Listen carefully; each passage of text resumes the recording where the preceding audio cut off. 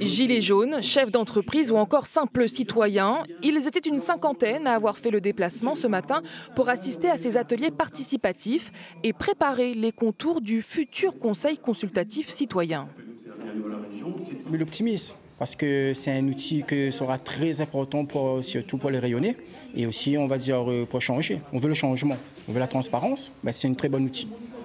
Toute la matinée, les participants ont pu prendre la parole librement et faire part de leurs doléances tout en réfléchissant à l'organisation de cette nouvelle instance citoyenne. On est venu ici justement pour voir un peu comment il se déroule tout ça. Donc on a des choses que l'on est en train de se mettre en place mais que les très floues.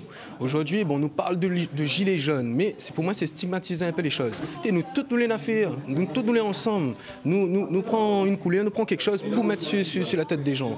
Aujourd'hui, nous essayons de faire des choses pour changer la Réunion, pour changer la mentalité.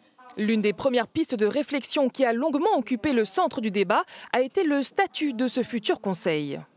De mon côté, je me dis qu'on devrait peut-être commencer par effectivement ce cadre juridique. Est-ce qu'on va fonctionner sous forme d'association loi 1901 ? Est-ce qu'il existe notamment d'autres moyens de se réunir tous ensemble en prenant en considération tous les acteurs de notre département ?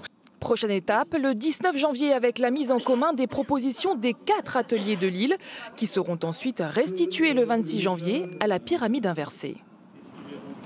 Voilà.